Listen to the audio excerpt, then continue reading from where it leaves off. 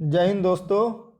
आइए देखते हैं वर्क 7 की साइंस की बुक।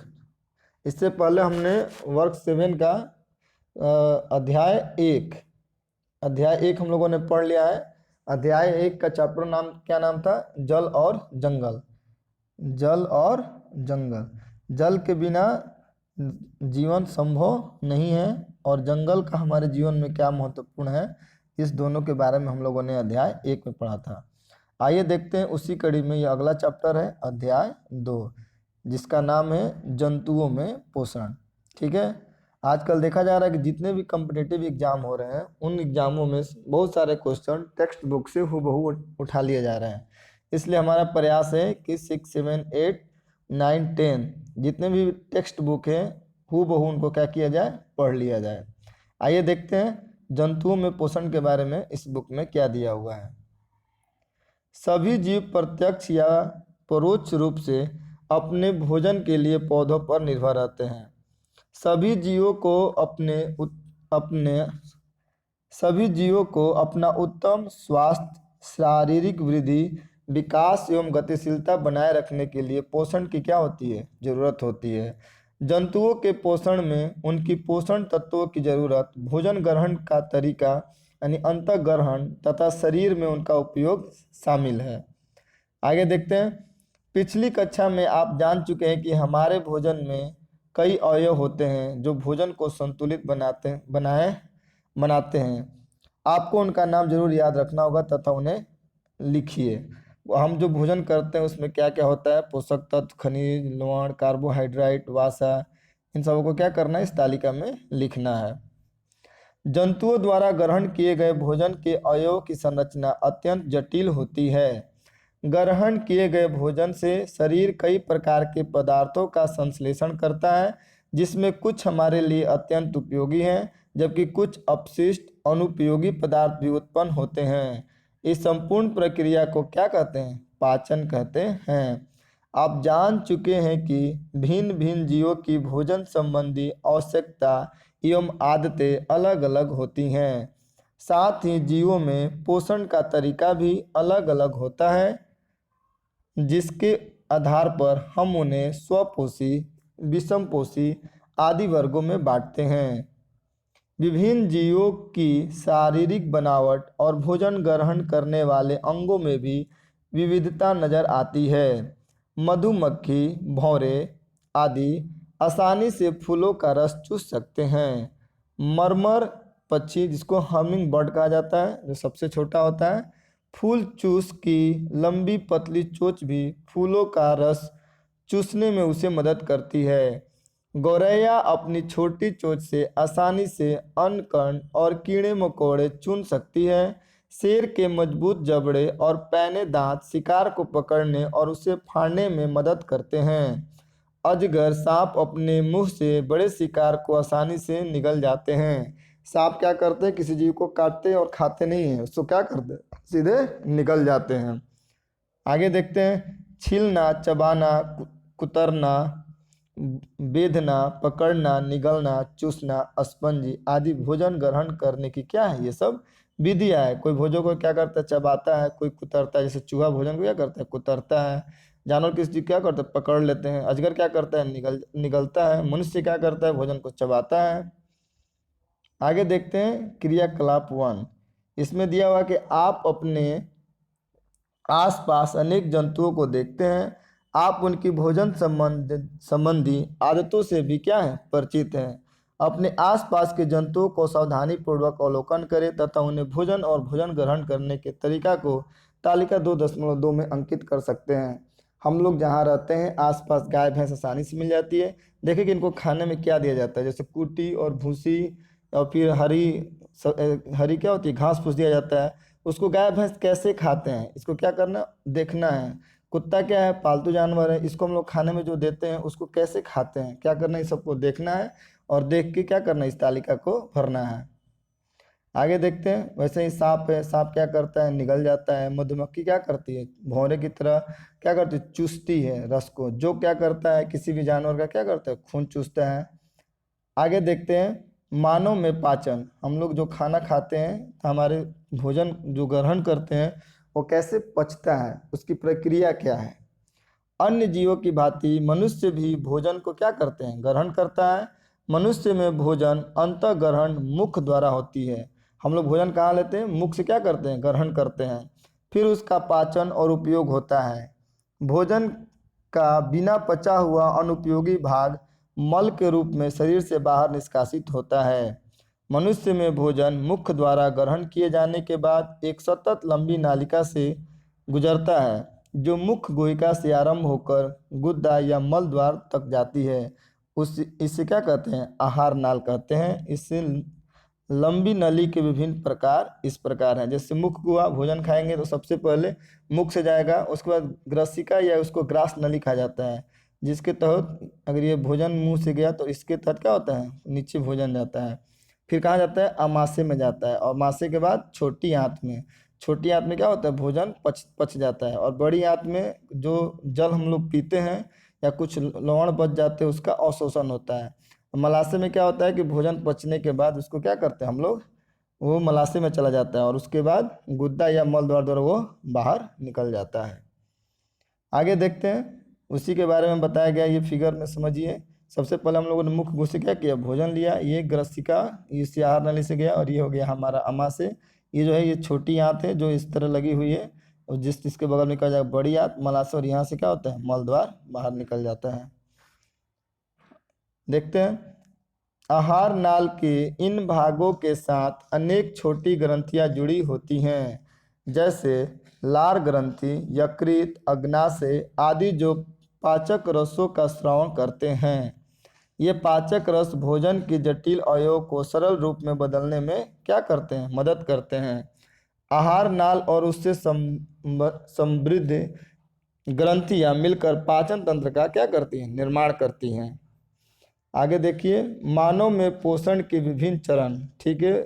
जो क्या होता है, जो हम लोग भोजन ग्रहण करते हैं और उससे हमें पोषण प्राप्त होता है, वो कई चरणों से होकर गुजरता है। सबसे पहले अंतःग्रहण होता है, फिर उसका पाचन होगा।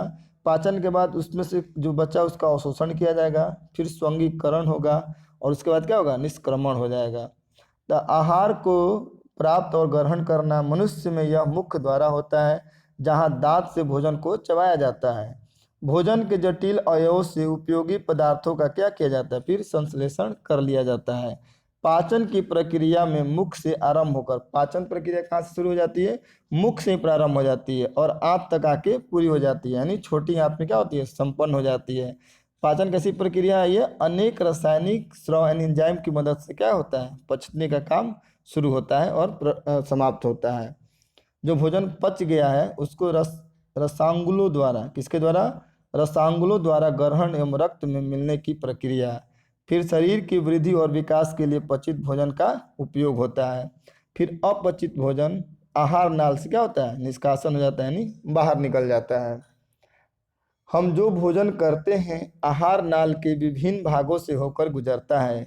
आइए अब हम जानने की आहार नाल के विभिन्न भागों में भोजन का क्या होता है।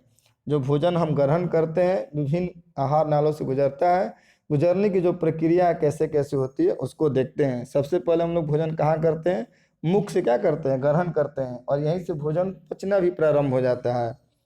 हम भोजन मुख द्वारा ग्रहण करते हैं। हमारे मुख गुहिका के अंदर दांत और जीभ होते हैं, साथ ही लार ग्रंथि होती है जिससे लार निकलती है। लार क्या करता है, भोजन को पचाने में मदद करता है और भोजन को निगलने में भी मदद करता है। आगे देखते हैं, दांत भोजन को चबाने और छोटे छोटे टुकड़े बनाने में हमारी मदद करते हैं। दांत जबड़ों में स्थित मसूड़ों में अलग अलग खांचों में धंसे होते हैं। हमारे दांतों के आकार और कार्यों में विविधता होती है, जिसके अनुसार उनके नाम भी अलग अलग हैं। एक क्रियाकलाप हमने कर लिया, अभी देखिए दूसरा क्रियाकलाप है। इसको क्या करना है, खुद से करना है। आप रोज सुबह अपने दांतों को साफ करते हैं, कभी आपने उन्हें गिनने की कोशिश की? आपने ध्यान दिया कि आपके कौन से दांत काटने, फाड़ने और चबाने में मदद करते हैं? एक अमरूद या सेव या ईख लीजिए, ध्यान दीजिए अमरूद या सेव को काटने में कौन से दांत मदद करते हैं। ईख जो है छीलने में आप किस दांत का सहायता लेते हैं? काटे हुए अमरूद या छिले हुए ईख को चबाने में किन दांतों का आपने सहारा लिया? अपने प्रक्षेणों को तालिका 2.3 में लिखें। ये स्वयं करें और देखिए कि आगे के दांतों से आपने काटने का काम किया, जो साइड का दांत है उसे छीलने का काम किया, और जो पीछे चहु के दांत होते हैं उनका उपयोग आपने भोजन को क्या किया, चबाने में किया। अभी आपके मुख में कितने दांत हैं, गिनने ऐसे टोटल कितने दांत होते हैं, 32 दांत होते हैं। 16 ऊपर के जबड़ा में और नीचे 16, नीचे वाले 16 दांत नीचे के जबड़ा में होते हैं। पता कीजिए एक वयस्क मनुष्य में कितने दांत होते हैं। आपको याद होगा जब आप पहली या दूसरी कक्षा में थे तो आपके कुछ दांत गिरने लगे होंगे, लेकिन कुछ ही समय के बाद फिर नए दांत वहां आ गए। हमारे जीवन काल में दांतों के दो सेट विकसित होते हैं। प्रथम सेट बचपन में ही निकलकर लगभग 8 साल की आयु तक क्या होता है, गिर जाता है। इसको क्या कहते हैं, दूधा के दांत कहते हैं। ये दांत टूटते हैं, इनके जगह पे दोबारा नए दांत निकलते हैं, लेकिन वो दांत जो दोबारा निकल जाता है उसके बाद फिर टूटता है तो तीसरा नया दांत उसके जगह पर नहीं निकलता है। ये दांत का स्ट्रक्चर देखिए, ये जो पीछे का दांत है इसे चबाने का काम होता है चहु के दांत से, और इनसे दोनों से क्या होता है, फाड़ने का काम, और इस सामने वाले दांत से काटने का काम होता है। यही सेम नीचे वाले जबड़े में भी होता है। देखते हैं, प्रथम सेट के इन दांतों को दूध के दांत कहते हैं। पुनः इनके स्थान पर अस्थायी दांत निकलते हैं जो जीवन भर रहते हैं। हालांकि वृद्ध अवस्था में इनके कुछ दांत गिरने भी लगते हैं। दांतों के आकार और कार्य के अनुसार निम्न प्रकार होते हैं। पहला देखिए, कृतंक, रदनक, अग्र चवर्णक और चवर्णक। यानी मोलर और प्रीमोलर का काम क्या होता है, पीसने और चबाने का। फाड़ने का कार्य कौन करता है, रदनक। और कृतंक दांत का क्या काम है, काटने का कार्य है। आगे देखते हैं, मुख गुहा में दांत की सजावट। जो दांत हमारे मुख गुहा में सजा रहता है किस तरह, क्या आप जानते हैं हमारे दांतों की ऊपरी परत जिसमें इनेमल, इनेमल क्या होता है, जो हमारा दांत बना है उसके ऊपर का जो भाग लगा रहता है व्हाइट कलर का, वो क्या होता है, इनेमल होता है। जो शरीर का क्या होता है, सबसे कठोर पदार्थ होता है। हमारे शरीर का कठोरतम पदार्थ है।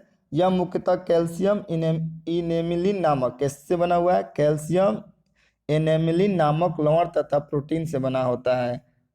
आमना को इमली और आम की चटनी बहुत पसंद है। जब भी वह आम या इमली देखती है उसके मुख से क्या होता है, उसके मुंह में पानी आ जाती है। ऐसा क्यों होता है। हमारा मुंह हमेशा गीला रहता है, ऐसा क्यों। हमारे मुंह में 3 जोड़ी लार ग्रंथियां होती हैं जिनसे लार स्रावित होता रहता है। लार भोजन को क्या करता है, मुलायम बनाने में मदद करता है। लार में पानी, लवण, चिकना म्यूकस, क्या, ये तीनों चीज उपस्थित होता है।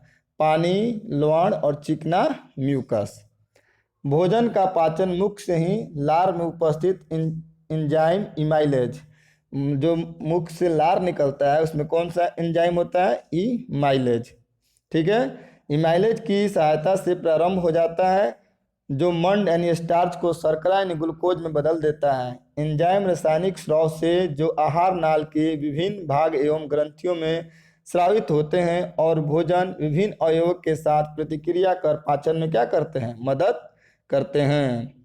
एंजाइम और उनकी क्रियाविधि तथा प्रभाव के बारे में अपने शिक्षक के साथ चर्चा कीजिए और सोचिए, हमारे मुख में लार नहीं होता तो मुख और मुंह में भोजन की स्थिति क्या होती।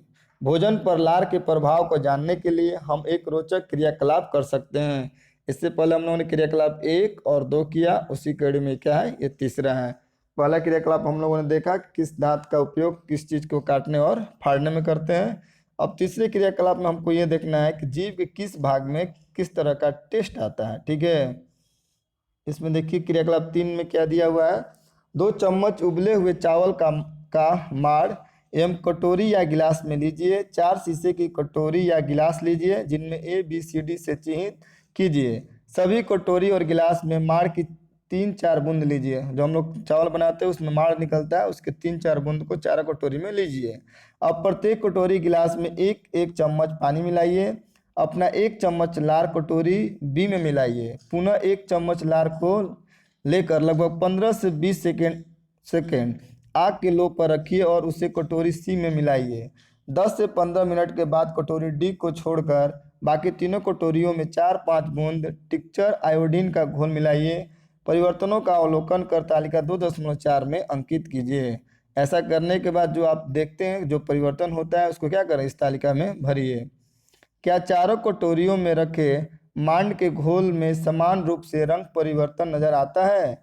परिवर्तन और परिणामों पर चर्चा कीजिए। चावल में मंड होता है तथा लार मंड को क्या करता है, शर्करा में बदल देता है। आगे देखते हैं, जीभ मुख के अंदर एक पेशीय अंग है। जीभ आगे की ओर स्वतंत्र तथा पीछे की ओर मुख गुहिका के निचले भाग से जुड़ी रहती है। यह मुख का व्यस्तम अंग है। जीभ मुख में भोजन को इधर उधर करने, लार मिलाने तथा भोजन निगलने में मदद करती है।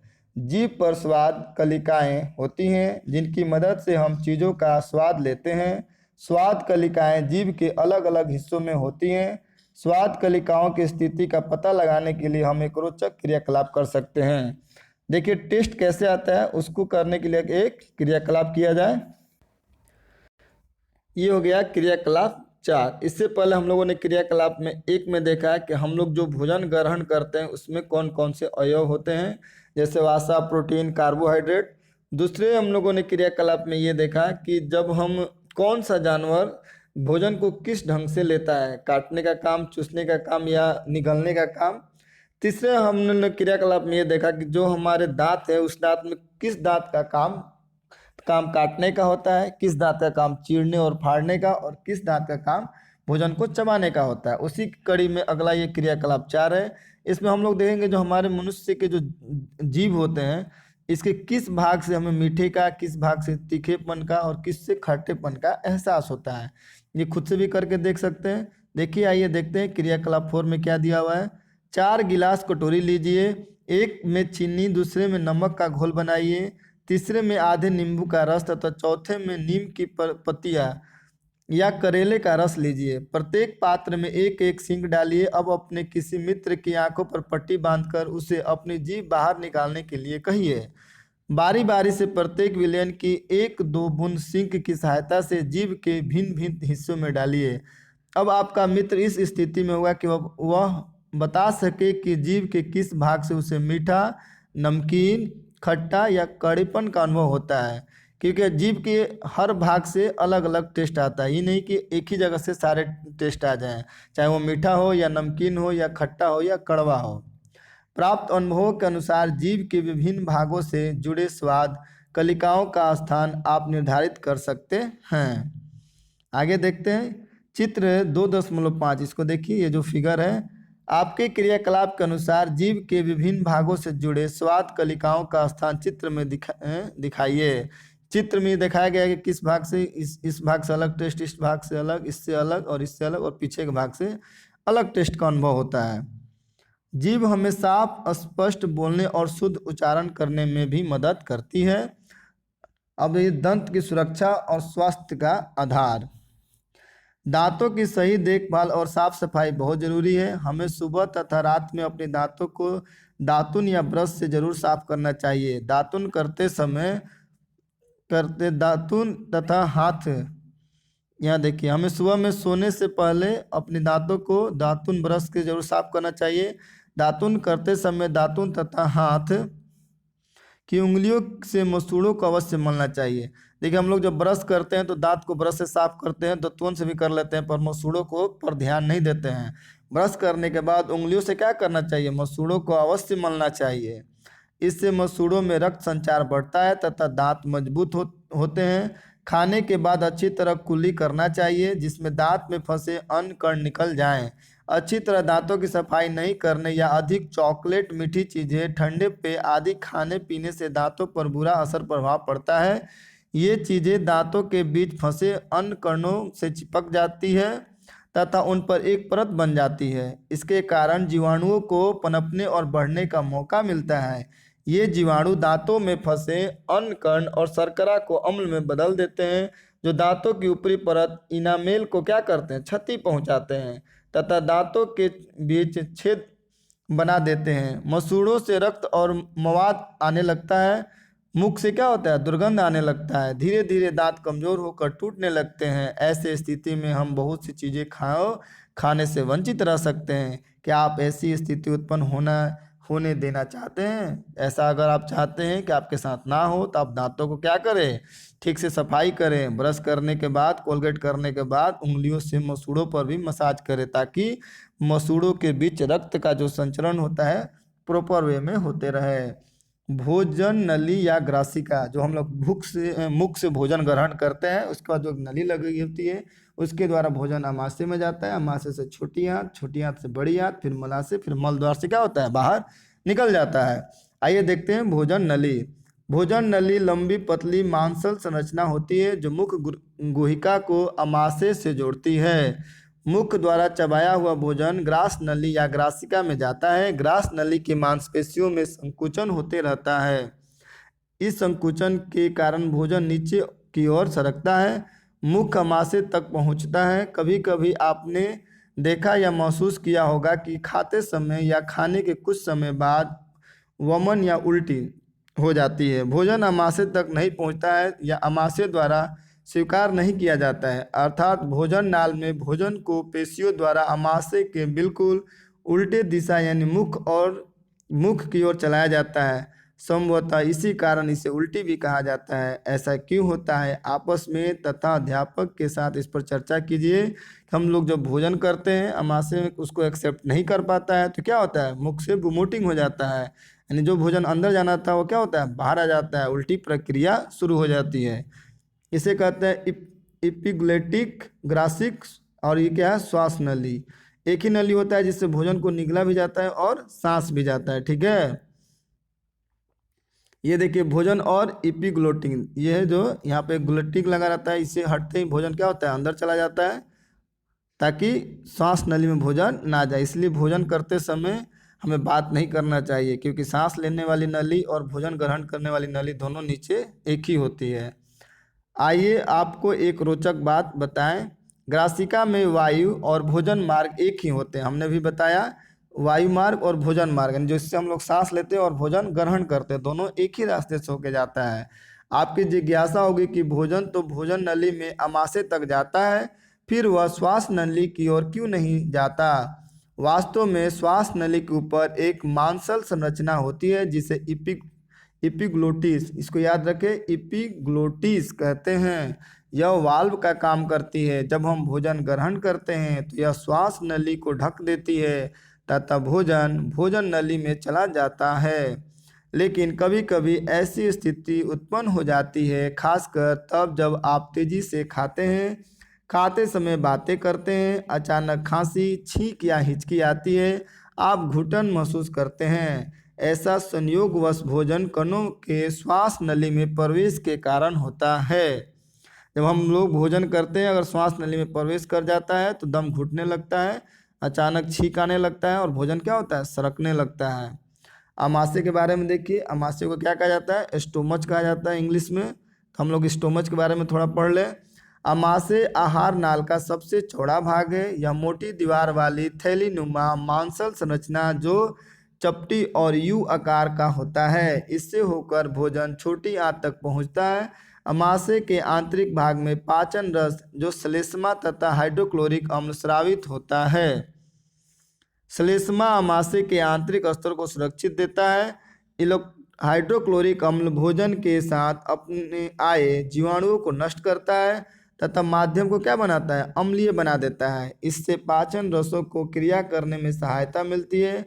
पाचक रस भोजन के प्रोटीन भाग को अमीनो अम्ल जैसे सरल पदार्थों में तोड़ देता है। छिद्र युक्त पेट की कहानी, एक छोटी सी कहानी है जो सच्ची कहानी है, इसके बारे में पढ़ते हैं। कभी कभी संयोगवश घटी घटना या दुर्घटना से रोमांचक विलक्षण जानकारियां मिल जाती है। छिद्र युक्त पेट भी एक ऐसी ही घटना से संबंधित कहानी है जिसमें अमाशय के कार्य प्रणाली की जानकारी मिली। 6 जून 1922 को एलेक्जिन सेंट मार्टिन नामक व्यक्ति गोली लगने के कारण बुरी तरह घायल हो गया। उसके अमाशय में छेद हो गया। विलियम व्यूमॉन्ट नामक अमेरिकी सैनिक चिकित्सक ने इसका इलाज किया। इलाज से उसकी जान तो बच गई, लेकिन चिकित्सक उसके अमाशय के छेद को बंद नहीं कर सका। उसने उसे पट्टी से ढक दिया। सेंट मार्टिन के अमाशय के छिद्र को डॉक्टर यूमांड ने आमाशय की कार्य प्रणाली की जानकारी प्राप्त करने के अवसर के रूप में लिया। उसने देखा आमाशय भोजन का मंथन करता है। आमाशय क्या करता है? भोजन को मंथन करता है, यानी महता है। क्या करता है? अच्छी तरह से उसे मिलाता है। उसकी दीवारों से रस को निकालकर उसने दूसरे भोजन पदार्थों के साथ भी प्रयोग किया। उसने अभी पाया कि अमाशय छोटी आंत में तभी खुलता है जब अमाशय में भोजन का पाचन पूरा हो जाता है। इन खोजों से इस निष्कर्ष पर पहुंचना आसान हो गया कि पाचन मूलतः रासायनिक क्रिया है, ना कि यांत्रिक। पाचन क्या है? मूलतः रासायनिक क्रिया है। रासायनिक क्रिया का मतलब क्या होता है? जो कुछ ना कुछ नए प्रोडक्ट का बनना, वो होता है रासायनिक क्रिया। छोटी आंत के बारे में देखते हैं, जिसमें भोजन क्या होता है? मुख्य रूप से पच जाता है। छोटी आंत लगभग 6 से 7 मीटर लंबी कुंडलित संरचना है। इसमें यकृत, अग्नाशय तथा स्वयं इसकी दीवारों से स्राव प्राप्त होते हैं। यकृत को क्या बोला जाता है? इंग्लिश में लिवर कहा जाता है। गहरे लाल भूरे रंग की यकृत मानव शरीर की सबसे बड़ी ग्रंथि है। मानव शरीर की सबसे बड़ी ग्रंथि यकृत यानी लिवर है। यह अमाशय के ऊपरी भाग में दाहिनी ओर स्थित होती है और पित्तरस स्रावित करता है। पित्तरस कहाँ से स्रावित होता है? पित्तरस पित्ताशय में जमा होता है, जबकि कहाँ से निकलता है? यह लीवर से निकलता है, जो एक थैलीनुमा संरचना यानी पित्ताशय में संग्रहित होता है। क्वेश्चन आता है कि पित्त रस कहाँ से स्रावित होता है? तो लीवर में। जमा कहाँ होता है? तो पित्त रस में। पित्त रस वासा के पाचन में क्या करता है? महत्वपूर्ण भूमिका निभाता है। जो भी हम लोग तेलीय पदार्थ खाते हैं उसमें क्या होता है? वासा। उसको कौन पचाता है? पित्ताशय में जो पित्त रस रहता है। आगे देखते हैं अग्नाशय से प्राप्त स्राव। अग्नाशय कैसा होता है? हल्के पीले रंग की पत्ती के आकार की बड़ी ग्रंथि है जो अमाशय के ठीक नीचे स्थित होती है। इसमें स्रावित अग्नाशिक प्रोटीन, कार्बोहाइड्रेट, वासा क्रिया उन्हें क्या करता है? सरल रूपों में बदल देता है। छोटी आंत की दीवारों से प्राप्त स्राव। छोटी आंत की दीवारों से स्रावित आंत रस आंशिक रूप से पचे हुए भोजन पर क्रिया कर उसे पूर्ण रूप से पचा देता है। इस प्रकार छोटी आंत में कार्बोहाइड्रेट सरल शर्करा ग्लूकोज में, प्रोटीन अमीनो अम्ल में तथा वसा वसा अम्ल और ग्लिसरॉल में क्या होता है? बदल जाता है। कार्बोहाइड्रेट क्या होता है? सरल शर्करा में, प्रोटीन हो जाता है अमीनो अम्ल में, वसा वसा अम्ल और ग्लिसरॉल में क्या होता है? चेंज हो जाता है, यानी बदल जाता है। आगे देखते हैं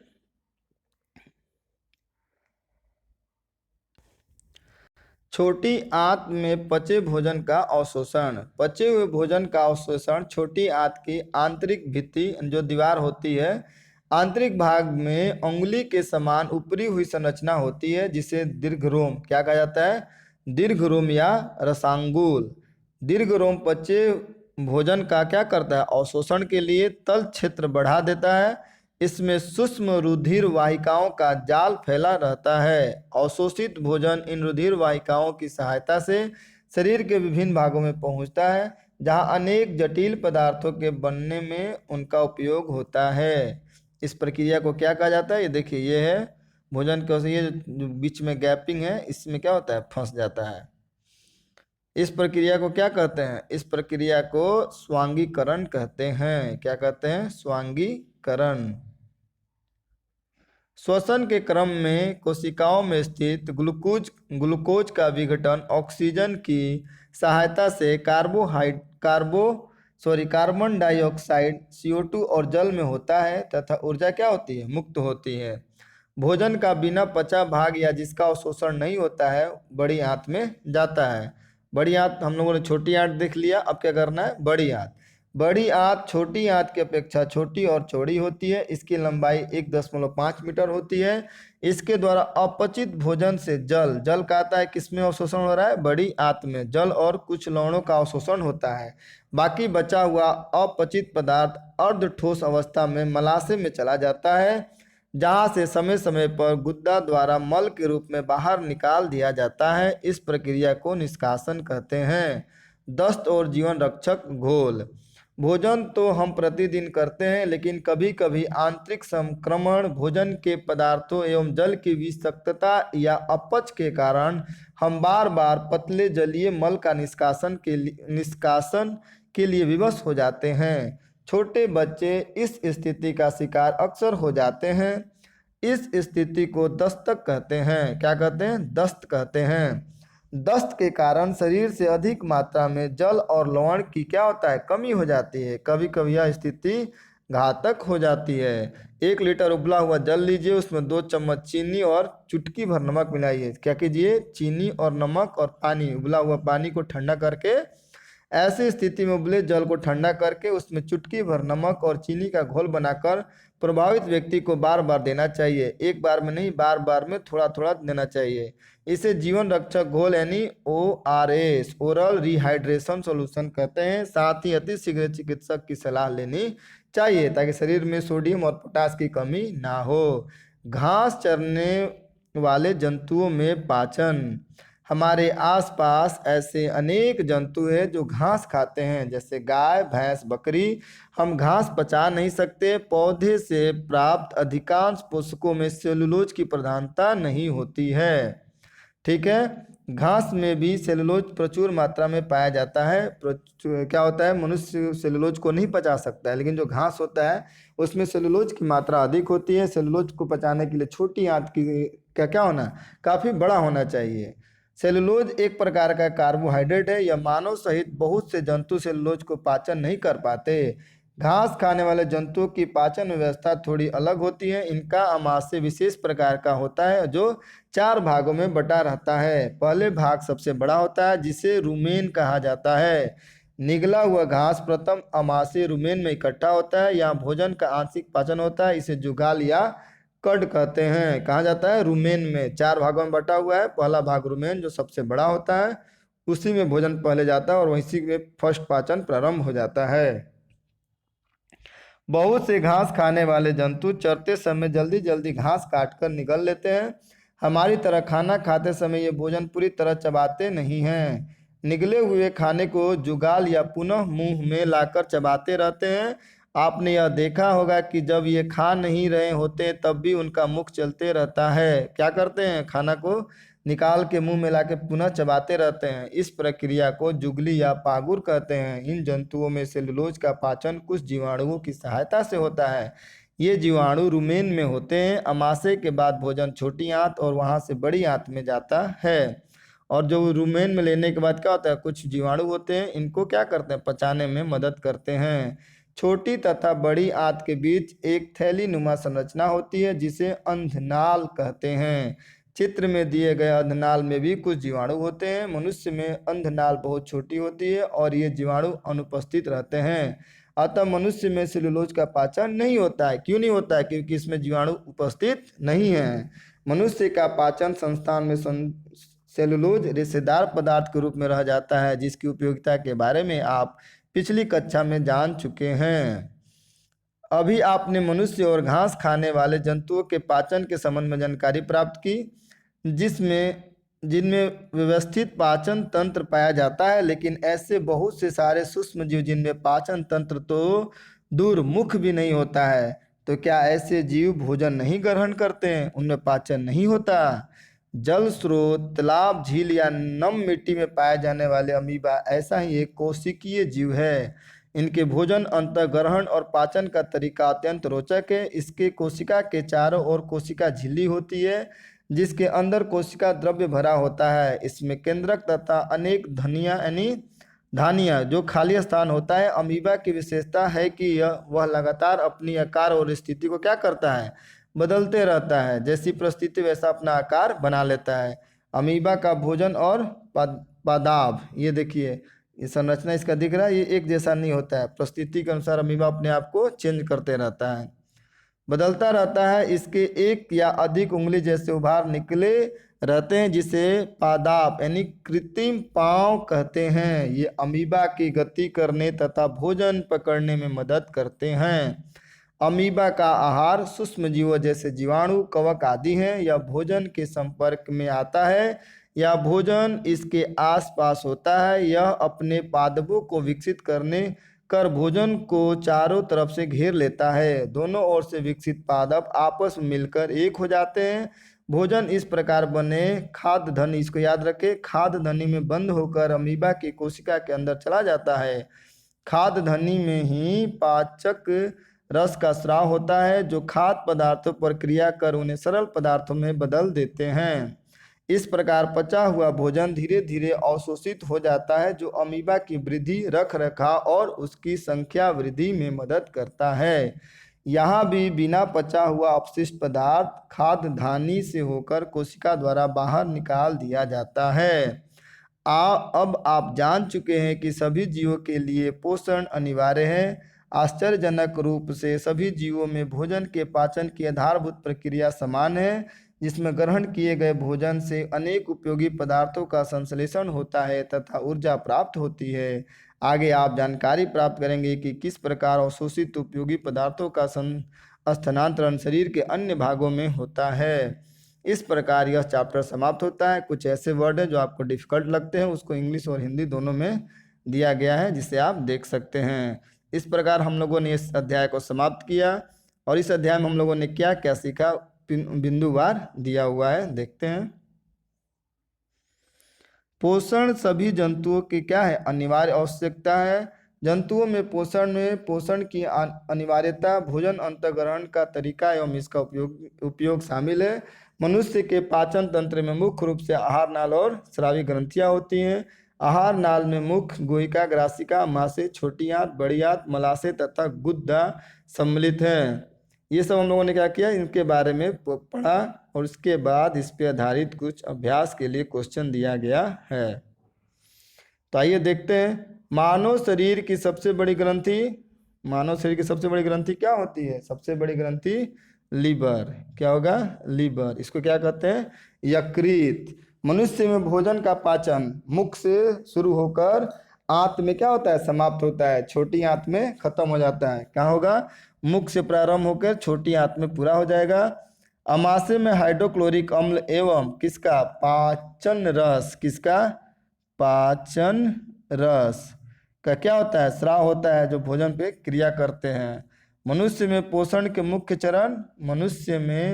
के मुख्य रूप से 1, 2, 3, 4 और 5 चरण है। ये पेज नंबर 22 पे इसका आंसर दिया हुआ है। पहला चरण में क्या होता है? अंतःग्रहण। क्या होगा? अंतःग्रहण। दूसरा में क्या होगा? दूसरा में हो जाएगा पाचन। दूसरा में क्या होगा? पाचन। और तीसरा में क्या हो जाएगा? अवशोषण।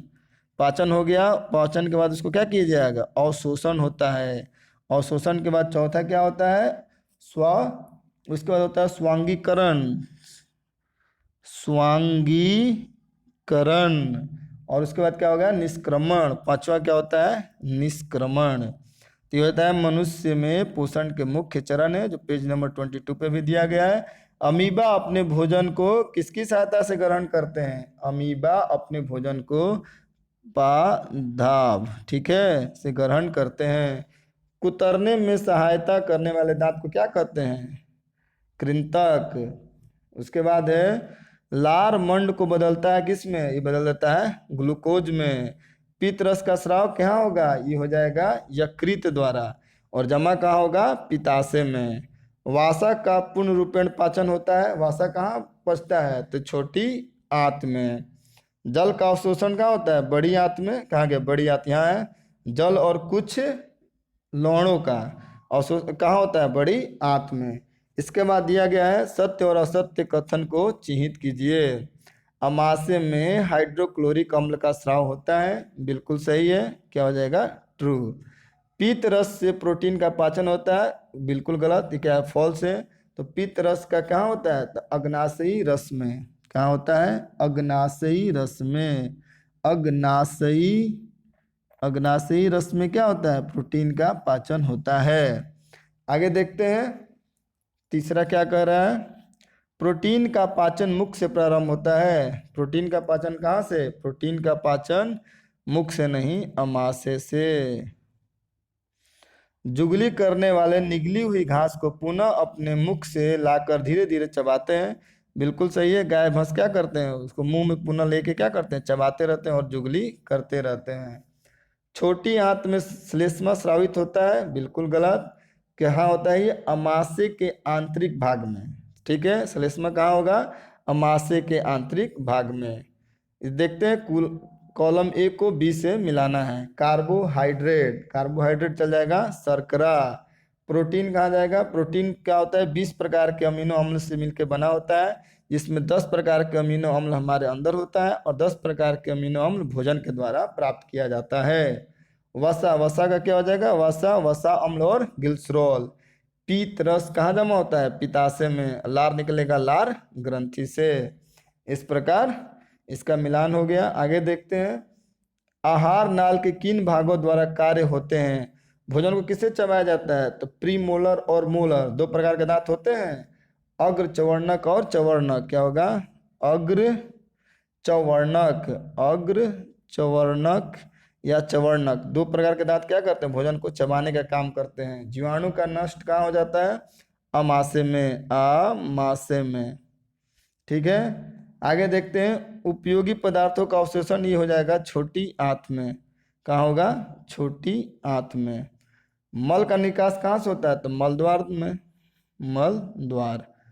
ठीक है, मानव शरीर में पाया जाने वाला कठोरतम पदार्थ जो दांत में होता है उसको क्या आता है? इनामल। क्या होता है? इनामल, जो सबसे कठोर होता है। इसलिए खाना को क्या करता है?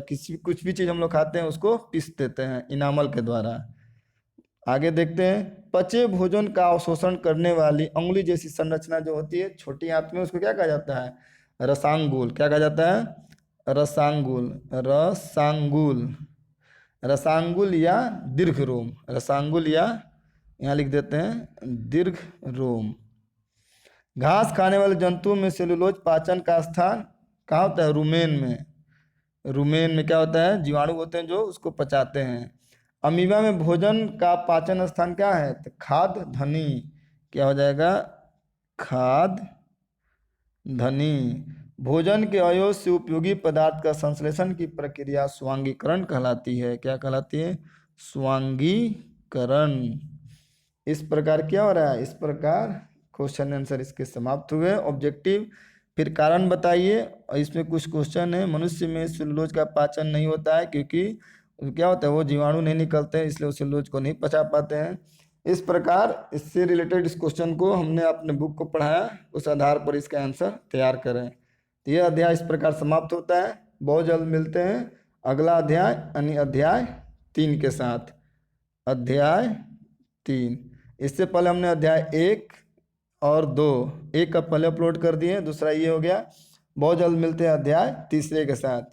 ये वर्ग 7 के साइंस का चैप्टर है और दूसरी तरफ हमने वर्ग 6 के हिस्ट्री का जो बुक है उसको हमने पूरी अपलोड कर दिया है। अगर आप उसको नहीं देखे हैं तो उसको भी आप देख सकते हैं। हमारा टारगेट है जो बीपीएससी टीआरई 3 का एग्ज़ाम होने वाला है उससे पहले ये बुक को क्या कर रहे हैं? समाप्त कर रहे हैं। ठीक है, तो मिलते हैं अगले वीडियो के साथ, अगले चैप्टर के साथ। अगर आपको यह हमारा प्रयास अच्छा लगता है तो आप हमारे चैनल को सब्सक्राइब करें और हमारे वीडियो को लाइक करें। देखने के लिए आपका बहुत बहुत धन्यवाद।